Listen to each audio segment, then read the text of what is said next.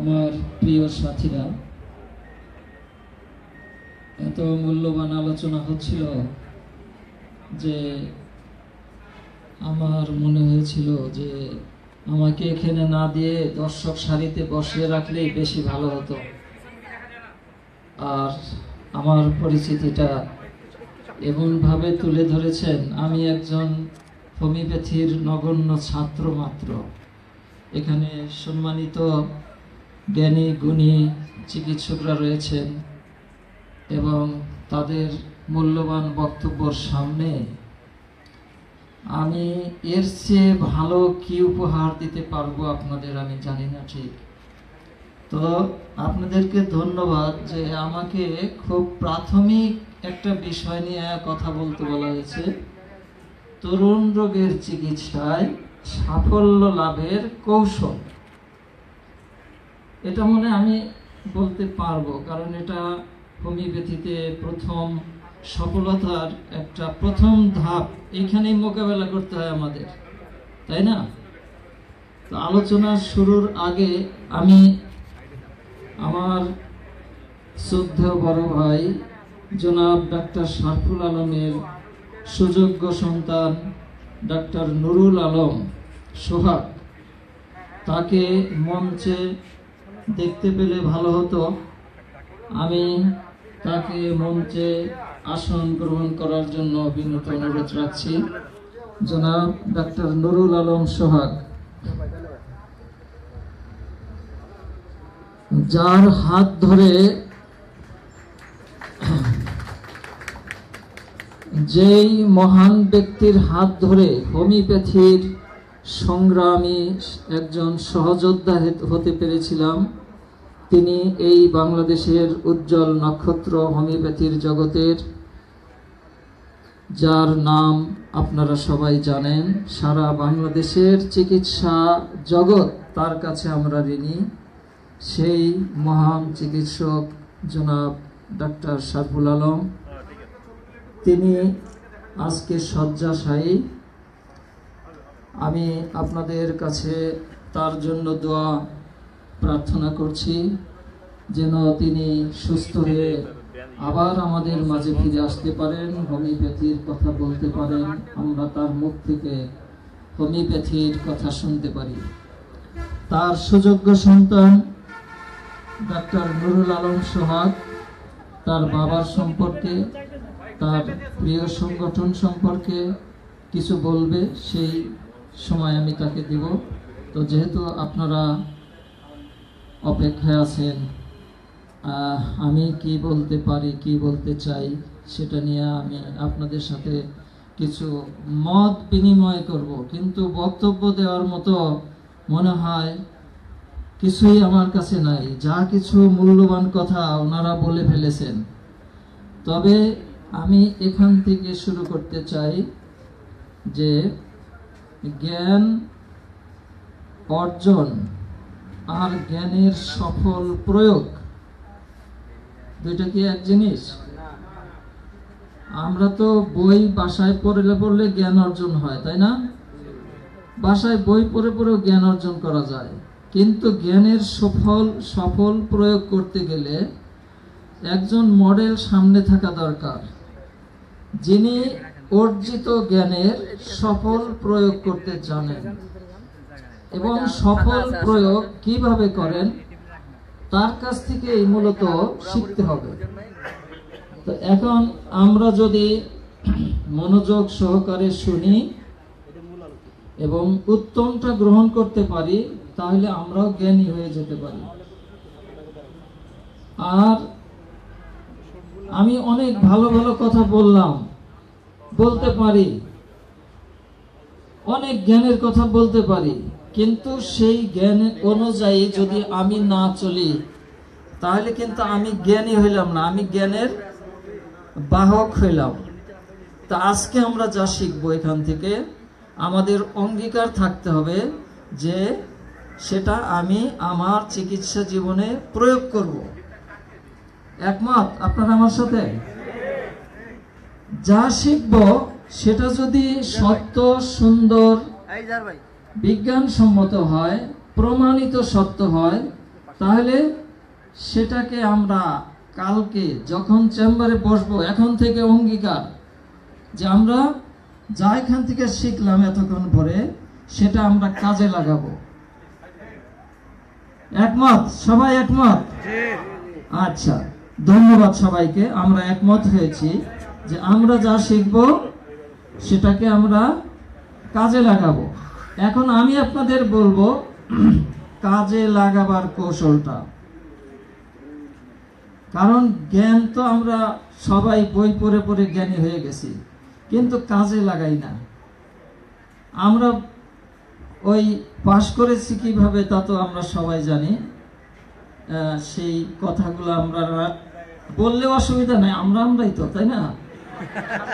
তো এখন যদি আমাদের অযোগ্যতা, আমাদের ব্যর্থতা, আমাদের দৈন্যতা, আমাদের অজ্ঞতা যদি আজকে আমরা আলোচনার টেবিলে নিয়ে আসি। আচ্ছা, আমি আপনাদের একটু কাছে যেয়ে বলি না?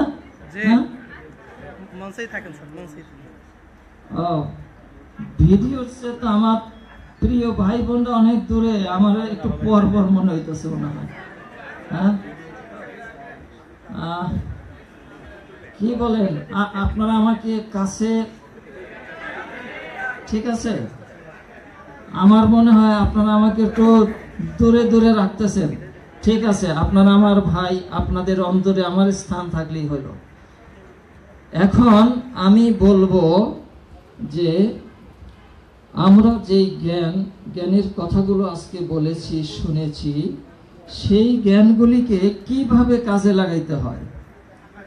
আচ্ছা, এই জ্ঞানকে কাজে লাগাবার জন্য যদি আপনারা আমাকে বলেন যে স্যার এক লাইনে বলে দেন, এত শিখতে পারবো না, এত পড়াশোনার সময় নাই, তাহলে আমি প্রথমেই বলবো যে যিনি মানব বৈচিত্র্য সম্পর্কে যত বেশি ভালো বুঝেন, যত বেশি গবেষণা করেন, যত বেশি সময় ব্যয় করেন মানুষকে চেনার জন্য, তিনি তত ভালো হোমিওপ্যাথ হইতে পারবেন।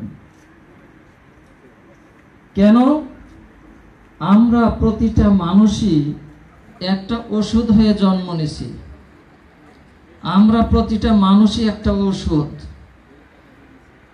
আপনারা দেখেছেন কৃষকরা গরু মাঠে বেঁধে দেয় না? একটা খুঁটি গেড়ে 10 হাত একটা রশি লাগে গলায় বেঁধে দেয়। অর্ধর করবেন কোন পর্যন্ত? ওই রশি যে পর্যন্ত, তার মধ্যেই ওর ঘুরতে হয়, তাই না? তার বাইরে কি যেতে পারে? না, যাইতে পারে না। ও টান খেয়ে আবার ফিরে আসে। ঠিক প্রত্যেকটা মানুষ আমরা একটা ওষুধ হয়ে জন্ম নিছি। টানাটানি ছোটাছুটি যতই করি, দেখা যায় যে ঘুরে ফিরে সেই ওষুধের কাছে আমরা আবার চলে আসি। কিন্তু পারিপার্শ্বিক অবস্থার কারণে, নানা রকমের অনিয়ম, আঘাত, নানা কারণেই আমরা কি হই, ওই ওষুধটার থেকে একটু ছুটে ছুটে যাই, দূরে দূরে যাই। অন্য একটা ওষুধ এসে আমাদের উপরে ভর করে। যখন আমরা অনিয়ম করি, আমরা যখন নিয়ম শৃঙ্খলা মানি না, তখনই দেখা যায় যে কিছু কিছু রোগ হঠাৎ উপস্থিত হয়। এখন সেই হঠাৎ উপস্থিত হওয়া রোগগুলি চরিত্র কিরকম? আর কিছু কিছু রোগ আছে শুরু হয় গোপনে, সংগোপনে। রোগী জানেই না তার রোগ হয়েছে, কিন্তু ধীরে ধীরে সে অসুখে ভুগতে থাকে। ভুগতে ভুগতে ভুগতে ভুগতে দেখা যায় যে কবরের দ্বার পর্যন্ত তাকে নিয়ে যায়, তবুও সেই রোগ আর শেষ হয় না।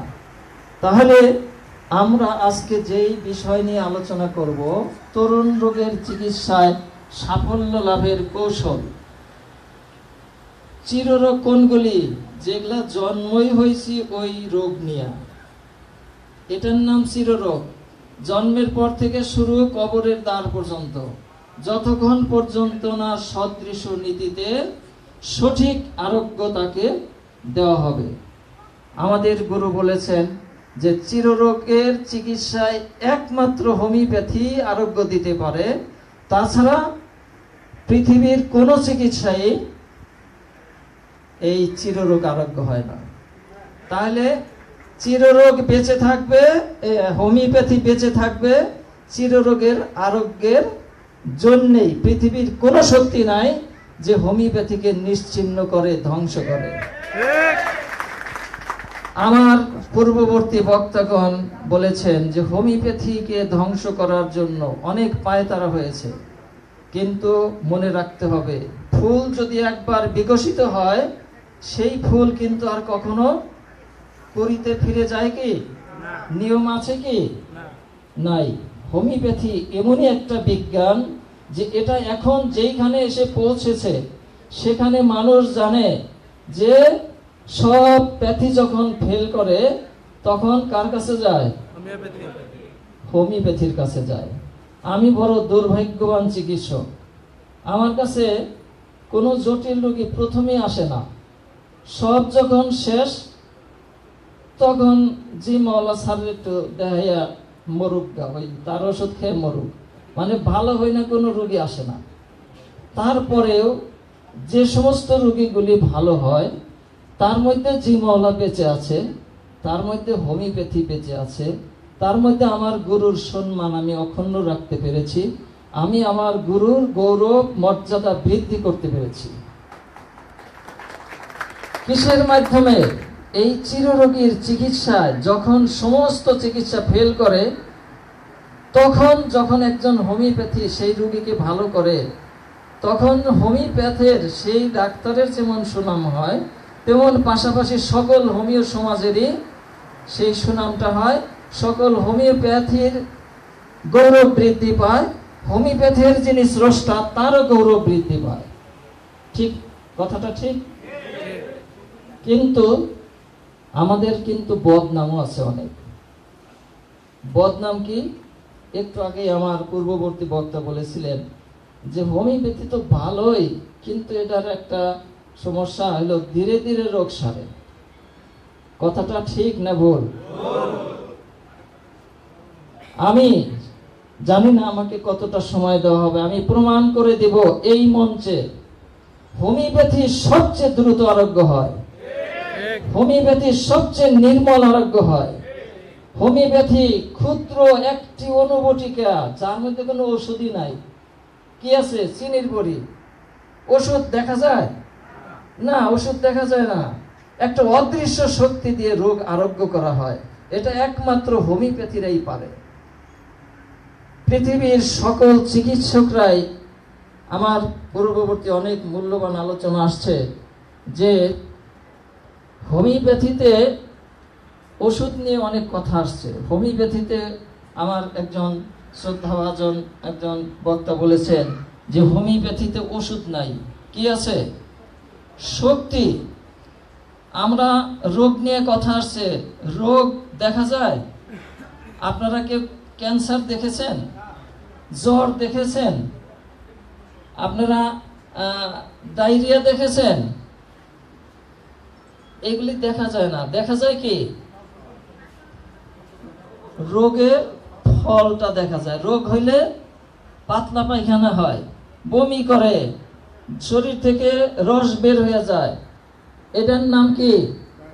ডায়রিয়া। এটা কমন কথা, কমন সিমটম। আমি সময় পেলে আপনাদেরকে দেখাবো যে ডায়রিয়ার রোগীর চিকিৎসায় হোমিওপ্যাথি কত দ্রুত আরোগ্য হতে পারে।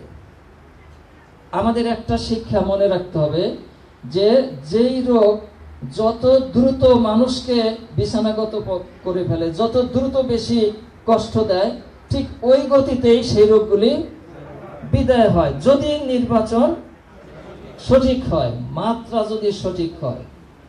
তাহলে আমরা দেখাবো যে হোমিওপ্যাথি শ্রেষ্ঠ চিকিৎসা, শ্রেষ্ঠ চিকিৎসক আমরা, শ্রেষ্ঠ আমাদের গুরু।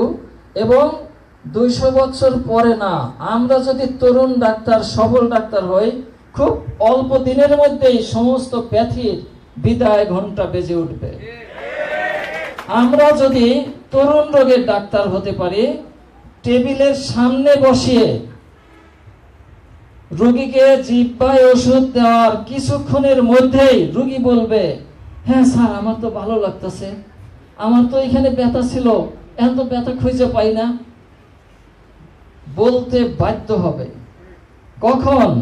আমার একজন সম্মানিত চিকিৎসক বলেছেন, যদি আমরা অর্গানন ভিত্তিক ওষুধ নির্বাচন করি, যদি আমরা অর্গানন ভিত্তিক ওষুধ প্রয়োগ করি, যদি আমরা অর্গানন ভিত্তিক পথ্য নির্বাচন করি, যদি আমরা অর্গানন ভিত্তিক মানুষ চিনা ওষুধ দিতে পারি, তাহলে আমি এই উদাহরণ দেওয়ার আগে এই তরুণ রোগ কাকে বলে এই সম্বন্ধে একটু কঠিন কথাগুলো বলে নেই। কারণ রসের কথা যদি আগে বলি, তাহলে তার এই কঠিন কথাগুলি আপনারা শুনতে চাইবেন না, মজা লাগবে না, তাই না?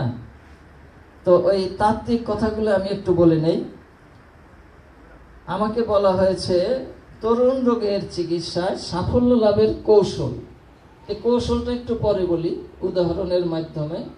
এগুলা অনেক মজার মজার গল্প আছে, মজার মজার ঘটনা আছে। আমি আপনাদের একটু পরীক্ষা নেব, কিছু মনে করেন না যে আপনি এতক্ষণ বললেন নিজেকে ছাত্র, আবার পরীক্ষা নিতে চান, স্যার হয়ে গেলেন নাকি? না, আমি আপনাদের ভাই, আমি আপনাদের সাথে কিছু ধাঁধা দিব। হ্যাঁ, যে ধাঁধা দিলাম, বলেন তো এটা কি? বলে ইট গুগুর পিট গান, কোন গুগুর 3 কান। আছে না? আমরা ছোটবেলায় এরকম ধাঁধা দিছি। ঠিক আমি আপনাদের সামনে কিছু ধাঁধা দিব, আপনারা বলবেন যে হ্যাঁ কি ওষুধ হবে। তো সেই ধাঁধার জন্য আপনারা তৈরি থাকেন। তার আগে আমি একটু বলে নেই যে তরুণ রোগ কাকে বলে। আমাদের সামনে যখন রোগী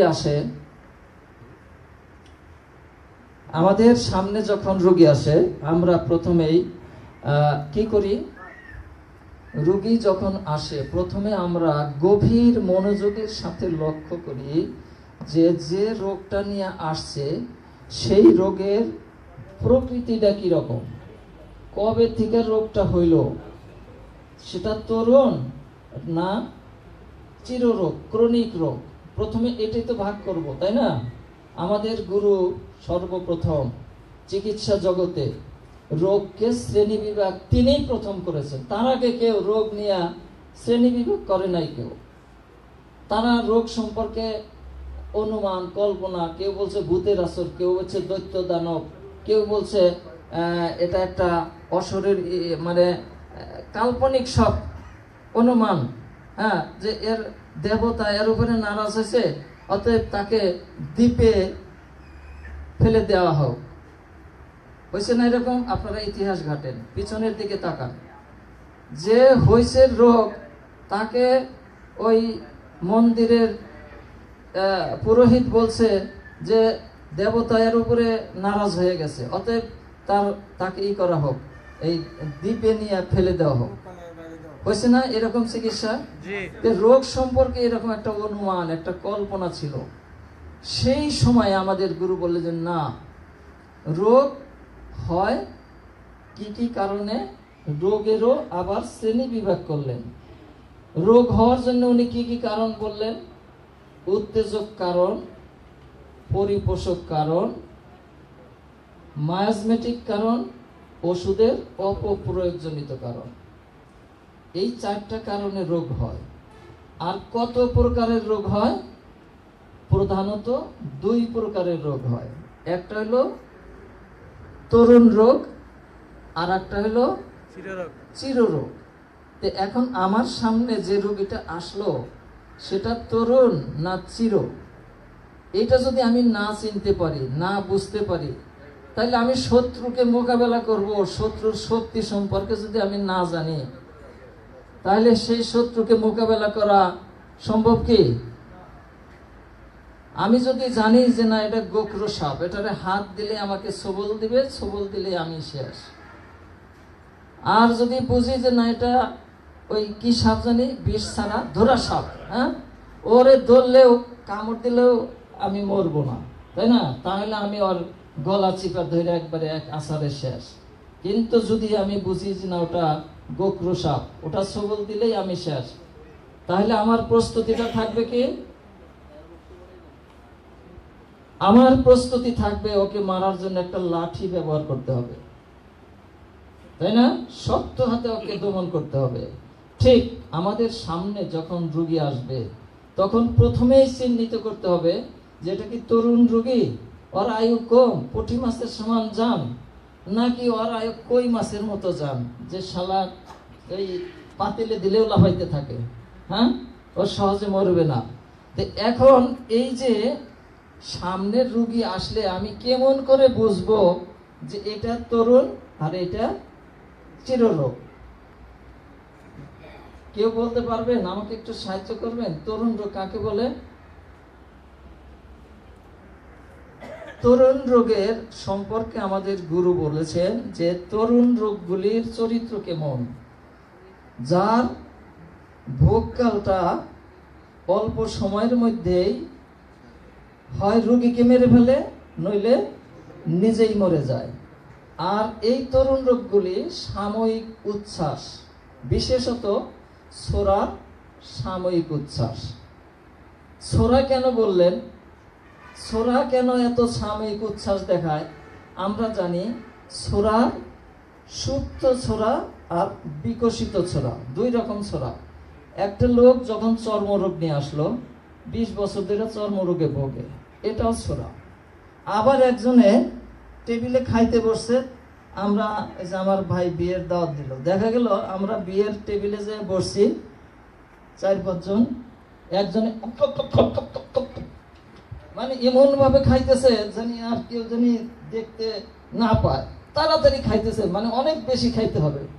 বিয়ের দাওয়াত দিছি টাকা দিয়া, আমি এত কম খাবো কেন, বেশি বেশি খাইতে হবে। এনে সিবানের কোনো খবর নাই, খালি গিলতেছে আর গিলতেছে। গিলতে গিলতে কি হয়েছে, গলা পর্যন্ত খাইয়া মানে বাইরে ব্যথা করতেছে, স্যার আমার একটু ওষুধ দেন। আর একজন খাইতে বৈশা এই খাবারটা মজাই হয়েছে না কি হাতে দেখতেছে, যে রান্না করছে তা কি পরিষ্কার পরিচ্ছন্ন ছিল, অজু গোসল আছে না অজু গোসল ছাড়াই রান্না করছে, তার দ্বিধা দ্বন্দ্ব শখ। হ্যাঁ, যা খাইতেছে এক লোকমা মুখে দিয়ে অনেকক্ষণ ধরে চিবিয়ে চিবিয়ে খাইতে যায়, মানে কোন খাদ্য জানি হঠাৎ বিনা চিবানিতে না যায়। এখন আর একজনে খাইতে বসা, ক্ষুদাই তো লাগে নাই, কি খাবো, খাবো আমার খাবো না, খাওয়া ঠিক না ঠিক না, আচ্ছা ঠিক আছে, খাবার দহন সামনে দিছে একটু খাই।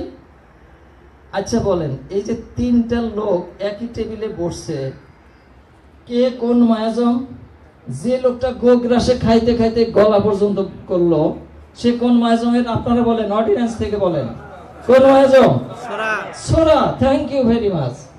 আর যে লোকটা সন্দেহ করতেছে যে ভালো করে রান্না করছে কিনা বা পরিষ্কার পরিচ্ছন্ন ছিল কিনা, লোকটা দেখতে কেমন, কালা না দলা, সুন্দরী কিনা, হ্যাঁ, তার চেহারা কিরকম, খাইলে যদি আবার পেট খারাপ করে, সন্দেহ নিয়ে নিয়ে খুব অনেকক্ষণ ধরে চিবিয়ে চিবিয়ে খাইলো।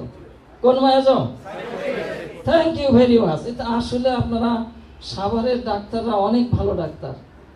হ্যাঁ, ইনশাল্লাহ আগামীতে এই সাভারের মাটি হোমিওপ্যাথদের জন্য তীর্থভূমি, পবিত্র ভূমিতে রূপান্তর হবে। আপনাদের জোয়ার দেখে, আপনাদের উৎসাহ দেখে আমি অভিভূত, আমি অত্যন্ত আনন্দিত যে আপনারা এই ছোট একটা শহরে, ছোট একটা জায়গায় এত বিশাল আয়োজন, এত বিশাল সমাবেশ। আমি আমার মতো একজন ক্ষুদ্র মানুষকে আপনারা এত সময় দিয়েছেন, কি দিয়ে আপনাদের উপহার দিব? তো যাই হোক, আমি যদি সময় কি খুব বেশি নিতেছি? আমার হাতের সময় কতটা আছে? অনেক সময় আছে। সময় আছে? জি, অনেক অনেক। আমাকে সময় দিতে হবে, কারণ আমি আমার জীবনের অভিজ্ঞতা থেকে তরুণ রোগের চিকিৎসায় কেমন মজার মজার কাহিনী আছে সেগুলো আমি বলবো আপনাদের। জি স্যার, জি ইনশাআল্লাহ। কিন্তু আগে বলে নেই তরুণ রোগ কাকে বলে, কিভাবে হয়। তাহলে দেখেন, একজন ছোরার রোগী কি করলো? নিয়ম শৃঙ্খলা ভঙ্গ করলো, যে কারণে সে অসুখে আক্রান্ত হইল। এইভাবে ছোরার রোগীরা সকল ক্ষেত্রে নিয়ম শৃঙ্খলা ভঙ্গ করে, এবং ছোরার রোগীরাই বৃষ্টিতে ভিজাতে হিত কিরকম ভিজলে কি হইব? রোদ্রে ভিজতেছে, রোদ্রে পড়তেছে, হ্যাঁ, খাওয়ার সময় হয়েছে হয়তো অতিরিক্ত খেয়ে ফেললো, অথবা খাওয়ার টাইম হয়েছে খাইলই না, কাজ করতেই থাকলো। এই যে জীবন শৃঙ্খলা বোধ, এটা ছোরার থাকে না, যে কারণে আমাদের গুরু বলেছেন যে এই সুপ্ত ছোরার রোগীরা তারা কি করে? নিয়ম শৃঙ্খলা ভঙ্গ করে করে বারবার ঘন ঘন অসুখ হয়। আর এই যে ঘন ঘন অসুখ হয়, এটা বেশি সময় থাকে না, অল্প সময় থাকে, তীব্র আকারে আক্রমণ করে, হয় অল্প সময়ে রোগী মেরে ফেলে, নইলে সে বিনা ওষুধেই চলে যায়। একটা কথা বলে নেই, কথাটা ভুলে যাইতে পারি। এই সারা পৃথিবীর চিকিৎসকরা, চিকিৎসা বিজ্ঞানীরা, চিকিৎসা পদ্ধতিগুলো বেঁচে আছে কার মাধ্যমে বলেন দেখি? তরুণ রোগের মাধ্যমে। তরুণ রোগের মাধ্যমে। যদি এই তরুণ রোগে আমরা সফলতা দেখাইতে পারি হোমিওপ্যাথির মতো করে,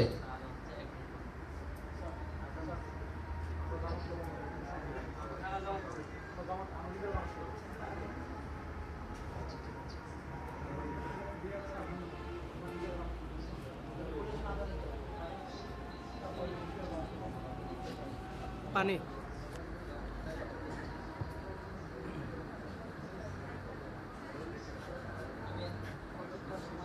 অনেক স্যার, আরো 1 ঘন্টা আছে।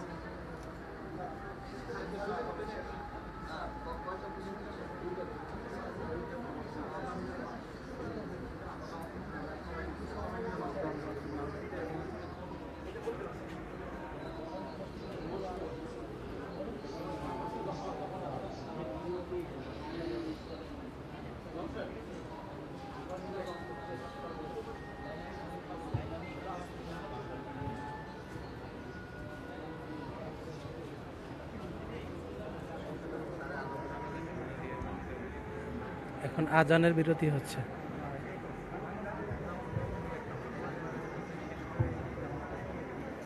একবারে শেষ করে জামাত, সেটাই হ্যাঁ, সেটাই শেষ করে জামাত করি, অসুবিধা নেই। হ্যাঁ,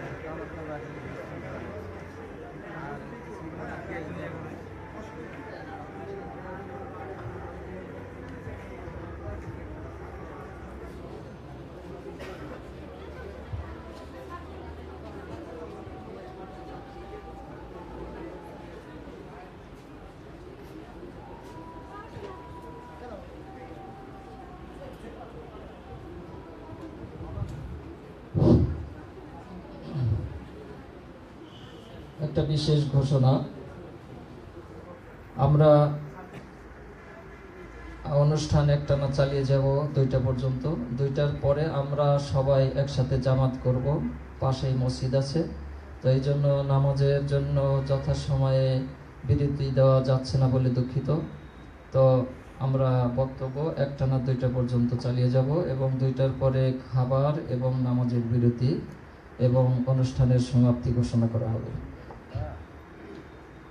তো আমি আপনাদেরকে যে বিষয়গুলি প্রমাণ সহ আপনাদের সামনে আমি হাজির করব, আগেই বলেছি যে হোমিওপ্যাথি এমন একটা মহামূল্যবান চিকিৎসা পদ্ধতি। যদি আমরা তরুণ রোগের সফল ডাক্তার হতে পারি, তাহলে 200 বছর সময় লাগবে না, খুব অচিরেই আমাদের বিজয় উল্লাস আমরা আমাদের প্রতি চেম্বারে প্রতি হোমিওপ্যাথির প্রতিষ্ঠানে দেখতে পাবো, যে হোমিওপ্যাথি ডাক্তাররা হোমিওপ্যাথি ডাক্তাররা কত সফল ভাবে চিকিৎসা কার্য পরিচালনা করতে পারে, একেবারে নগদ প্রমাণ, বাকি পয়সা নাই। বাকি ব্যবসা কেউ করতে চায় না, তাই না? সবাই নগদ চায় এবং দ্রুত চায়। আমাদের হোমিওপ্যাথির আমাদের গুরু বলেছেন যে রোগ আরোগ্য করতে হবে কিভাবে? দ্রুত। দ্রুত, কষ্ট দেওয়া যাবে না, নির্মল আরোগ্য করতে হবে, সামগ্রিক আরোগ্য করতে হবে, এগুলি বলে নাই? কিন্তু আমরা হোমিওপ্যাথ ডাক্তার হয়ে যদি বলি যে না, ধীরে ধীরে কাম করব, কথা ঠিক না ভুল? এই কথা সবাই আমরা জানি, স্বীকার করি যে স্থায়ীভাবে হোমিওপ্যাথিতে আরোগ্য হয়, কিন্তু এই কথাটা আমরা জানি না যে দ্রুত আরোগ্য হয়। ম্যাজিক, হোমিওপ্যাথির ম্যাজিক। যদি ম্যাজিক দেখাইতে চাই, আমাদের তরুণ রোগের চিকিৎসার প্রতি মনোযোগ দিতে হবে এবং কেমন করে সফলতা আনা সম্ভব সেটা আমি আপনাদের দেখাবো প্র্যাকটিক্যাল। তো তরুণ রোগ কাকে বলে? যে রোগগুলি অল্প সময়ের ভিতরে দ্রুত বৃদ্ধি পেয়ে রোগীকে মেরে ফেলে অথবা নিজেই মরে যায়, এইগুলি হচ্ছে ভোগকালটা একটা নির্ধারিত সময় পর্যন্ত হয়, এইগুলি নাম হচ্ছে তরুণ রোগ। এবং এই তরুণ রোগগুলিকে চরিত্র অনুযায়ী 3 ভাগে ভাগ করা হয়েছে। একটা হলো যে ব্যক্তিগতভাবে আমরা নিয়ম শৃঙ্খলা ভঙ্গের কারণে, অনিয়ম করার কারণে ব্যক্তিগতভাবে আমরা আক্রান্ত হই। আর একটা ধরনের রোগ আছে জলবায়ু এবং আবহাওয়ার পরিবর্তনের কারণে একই এলাকায় বা বিভিন্ন এলাকায় বিক্ষিপ্তভাবে একই রোগ বহুজনকে আক্রমণ করে। যেমন আপনারা একবার জিনজিনা রোগের নাম শুনছেন? যারা বয়স্ক আছেন, জিনজিনা রোগ শুনেছেন? এটা কিন্তু বিক্ষিপ্ত একটা মহামারী রোগ ছিল এবং সেই সময়ে সকল অ্যালোপ্যাথি কবিরাজ যত চিকিৎসা পদ্ধতি আছে সবাই হাত গুটে বসে আছিল না? কিন্তু হোমিওপ্যাথরা কি করেছিলেন? হোমিওপ্যাথরা উল্কার বেগে ছুটে গেলেন, যে শালা পায়ের থেকে ঝিরঝির করে মাথায় ওঠে, পানি টানলেই ভালো হয়, তাহলে কি ওষুধ? শরীরটা ঠান্ডা হয়। কি ওষুধ? Thank you. লিডাম দিয়া ম্যাজিক দেখে ফেলছিলাম আমরা, তাই না? লিডাম এতই ব্যাপক ব্যবহার হয়েছিল যে চেম্বারে লিডাম পাওয়াই যেত না, এরকম ভাবে। এটা হয়েছিল লিডাম ওই রোগীর জন্য চিকিৎসা এবং ওই রোগের জন্য প্রতিষেধক। বহু রোগী পরীক্ষা করে যদি দেখা যায় একই ওষুধ আসতেছে, তাহলে ওই ওষুধটাই সুস্থ মানুষের জন্য কি প্রতিষেধক। এখন হোমিওপ্যাথরা কেমন ম্যাজিক দেখাইতে পারে সেটা আপনারা কিছু কিছু দেখেছেন এবং আমি আমার অভিজ্ঞতার ঝুলি থেকে কিছু আপনাদের উপহার দেব আজকে। তাইলে 2 রকম তরুণ রোগ পাওয়া গেল। একটা হলো ব্যক্তিগতভাবে আক্রমণ হয়, ডায়রিয়া, জ্বর, উদরাময়, আমাশয়, বিভিন্ন রকমের রোগগুলি হয়। আর একটা রোগ হয় মহামারী আকারে। যে সমস্ত এলাকায় যুদ্ধ বিগ্রহ, মহাপ্লাবন হয়, দুর্ভিক্ষ হয়, ঘনবসতিপূর্ণ এলাকায় একসাথে বহু লোক মারা যায়। আপনারা যারা বয়স্ক আছেন তারা দেখেছেন এশিয়াটিক কলেরা, দেখেছেন? এই কলেরা আমার ছোটবেলায় মনে আছে যে এমন হয়ে গেছে এক বাড়িতে লোক শূন্য, মানে 5 জন লোক 5 জনই মারা গেছে। এমন হয়েছে দলে দলে লোক এক দেশ থেকে আরেক দেশে পালিয়ে গেছে। যে কলেরা সম্পর্কে ধারণা আজকে থেকে 50 বছর আগেই, যে কলেরা একটা দৈত্য দানবের মতো কিছু, তাকে আমরা ভোগ দিতাম, তাকে আমরা এই বিশাল বড়, আমাদের গ্রামের পাশে একটা গ্রাম ছিল কালাচাঁদ ফকির, বিশাল বড় একটা রামদা অমাবস্যার রাত্রে কাঁধে নিয়া, ও আল্লাহ তুই যে মানে কি আলী আলী জলফুকার, হু আল্লাহ তুই রহমকার, এরকম কুদি পান্দি করে একেবারে দানিয়া এই কলেরারে মারতে যাইতো। তা আমরা ছোট তখন ওই পিছে পিছে আমরাও ধরে, এই শালা কলেরা যাইতেছে, ওই যে যায়। দেখছেন, এই ছিল আগের এই রোগ সম্বন্ধে ধারণা। তো এখন আমাদের গুরু আজ থেকে 200 বছর আগে কলেরার ডাক্তার নামে পরিচিত হয়েছিল। কিভাবে হয়েছিল জানেন? একটা কারণেই ওনার বহু রোগী ভালো হয়ে যেত। কি? যে রোগী যখন তীব্র অবস্থায় আক্রান্ত হয় তখন রোগী কোন জিনিসের প্রতি প্রবল আগ্রহ হয় সেটাই তাকে দাও, তাহলে কি হবে? তার জীবনী শক্তিটা ওই সময়ের জন্য সবল হয়ে উঠবে এবং সেই রোগটা একটা নির্দিষ্ট সময় পরে এমনিই সেরে যাবে। কি করেছিলেন উনি? কি করে রোগীকে ভালো করতেন? পানি খাইতে দিতেন। আর আমরা কি করতাম? আমার মনে আছে আমাদের বাড়ির কাজের লোকটা যখন বিশাল স্বাস্থ্যের অধিকারী, ও যখন কলেরা আক্রান্ত হইলো ওকে খুঁটিতে বেঁধে রাখা হইলো, কারণ পানি চাই। খুঁটি ভাঙ্গিয়া বলতেছে, যা আমাকে ওই কলসিটাই না দাও, আমার কলসিতে পানি দাও। আরে না না, ওরা ধরো আরো 4-5 জনে ধরে রাখো, খুঁটি ভাঙ্গে ফেলাইতেছে। কি? পানি খাইলেই মারা যাব। এই যে চিকিৎসকরা যারা হোমিওপ্যাথিরে অবমূল্যায়ন করে, এইসব মহাবিজ্ঞানীদের যদি আমরা প্রশ্ন করি, এই মিয়ারা তোমরা আজকে পানি খাইতে বলো, আমাদের গুরু তো 200 বছর আগে বলছে, তোমরা কবে থেকে বলতেছো বলো? এবং আমাদের গুরুর দেখা অনেক রোগী আছে যেখান থেকে আমাদের শিক্ষা নিতে হবে। আর একটা রোগী লিপি বলি, আমাদের গুরু এইভাবে যেমন তরুণ রোগের চিকিৎসায় কি চাইতো, রোগীর পথ্যাপথ্য সম্পর্কে কথাটা চলে আসছে, যে রোগীকে আমরা কি পথ্য দিব তরুণ রোগের ক্ষেত্রে। উনি এই ম্যাজিক শুধু পথ্য দিয়ে এই রোগীকে বেশিরভাগ আরোগ্য করেছিলেন। এখন যারা ডায়রিয়ার চিকিৎসা করে কি করে? ওই ওষুধ হলো স্যালাইন, যত পানি খায় তত দাও, ওষুধ লাগবে না, এমনি ভালো হয়ে যাব। এই কথাটা 200 বছর আগে কে প্রথম বুঝেছিলেন? হ্যানিম্যান বুঝেছিলেন। এবং কলেরা ডায়রিয়ার চিকিৎসা ওনার সময় তো মাত্র 100টা ওষুধ ছিল। এই 100 ওষুধ দিয়েই উনি পৃথিবী বিখ্যাত ডাক্তার ছিলেন। আমাদের হাতে এখন কত ওষুধ? এত ওষুধ থাকার পরেও আমরা আবার হারবালের কাছে যাই, আমরা আবার ওই ইউনানির কাছে যাই, আমরা আবার প্যাটেন্টওয়ালাদের কাছে যাই। খুবই লজ্জার বিষয়। এই লজ্জা আমি কোথায় রাখবো আমি জানি না, যে 3000 ঔষধ, এত হাতিয়ার আপনার হাতে আছে রোগ শক্তির বিরুদ্ধে লড়বার মতো। যে কোনো রোগী আসুক, আমার কাছে মজবুত আছে হাতিয়ার, যেই রোগের বিরুদ্ধে যেই হাতিয়ার দরকার আমি সেই হাতিয়ার দিয়েই মোকাবেলা করতে পারবো। আমার ওষুধ ভান্ডারে এত সমৃদ্ধ হোমিওপ্যাথির ওষুধ ভান্ডার। তো এখন আমাদের শুধু কাজে লাগাবার কৌশলটা জানতে হবে।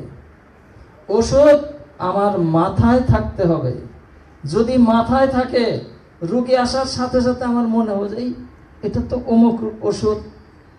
যদি মাথায় না থাকে ওষুধ, রোগী আসবে চলে যাবে, কোনো ওষুধের নাম মনে আসবে না যে এটা অমুক ওষুধ।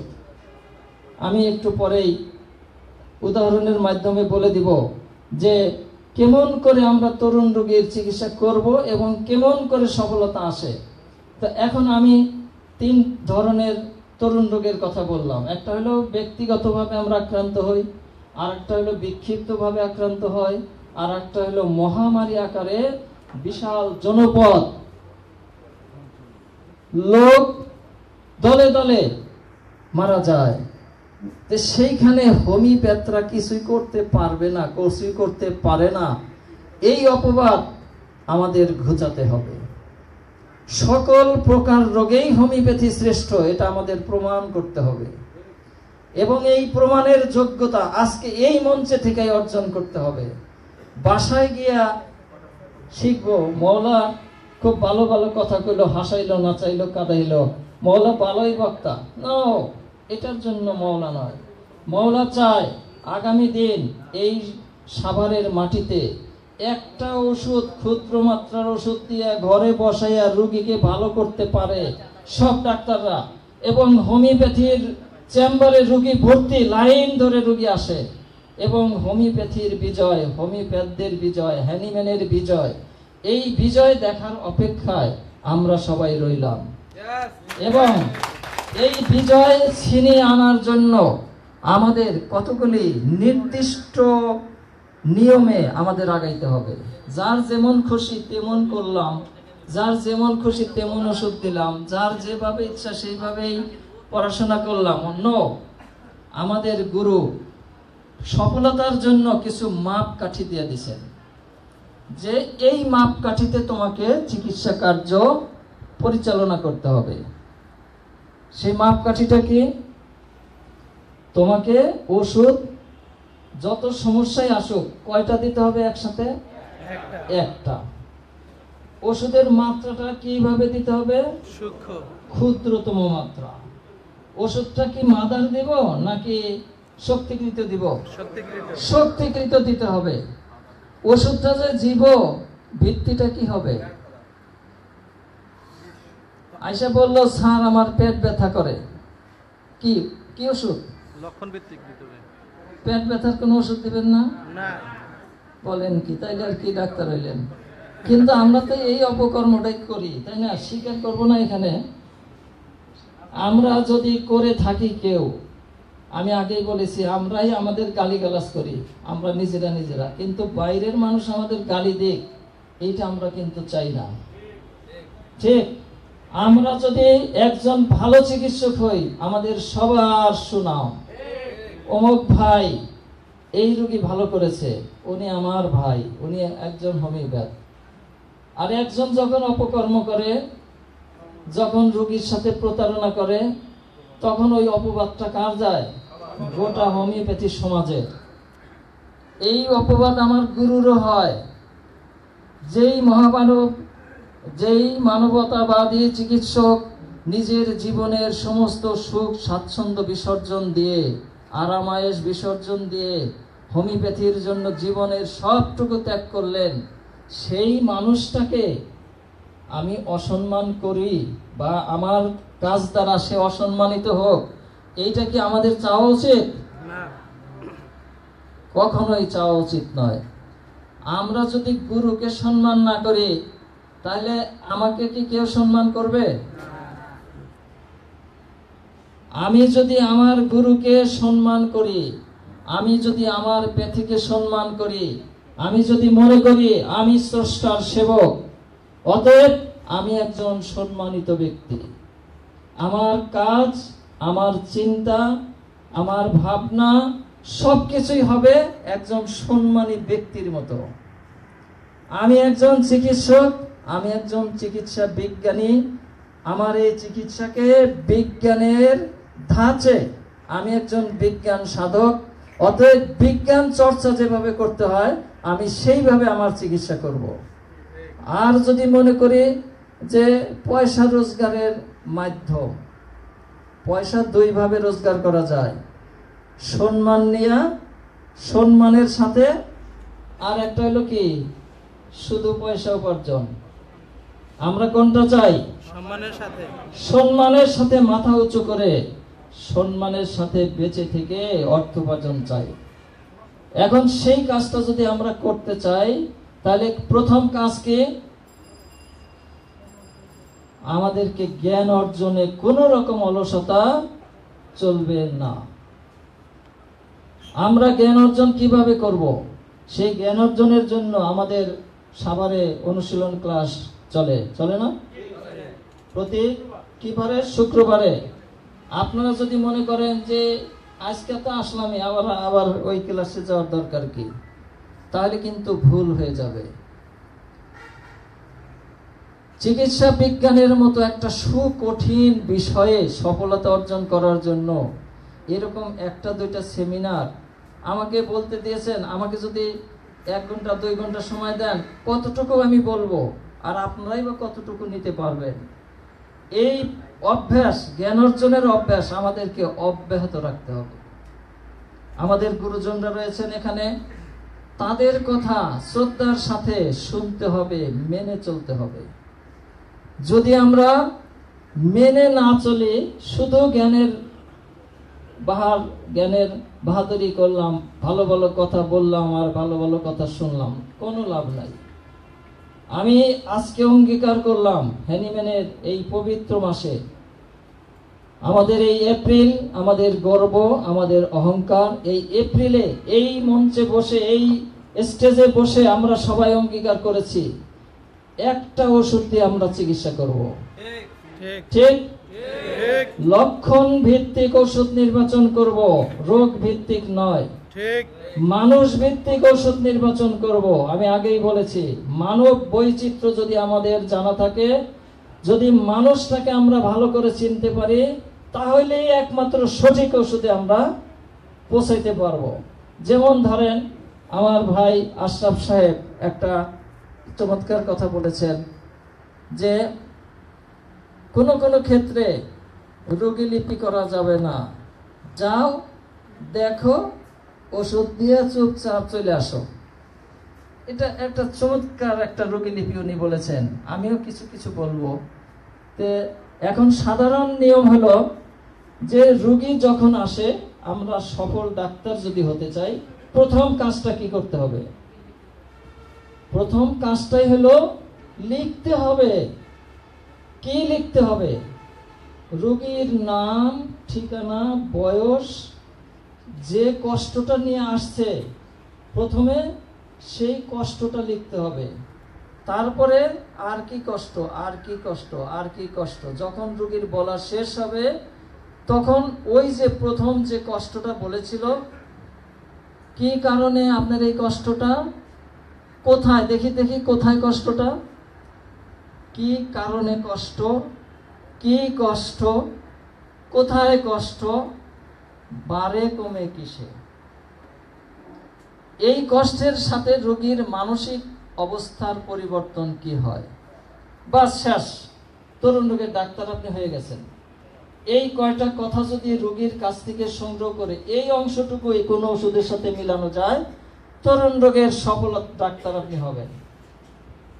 কোনো সমস্যা নাই, আপনি যদি না হয় আপনি আমাকে গালি দিবেন। সন্দেহ আছে কারো? কি কারণে রোগটা হইল এইটা আমাকে জানতে হবে।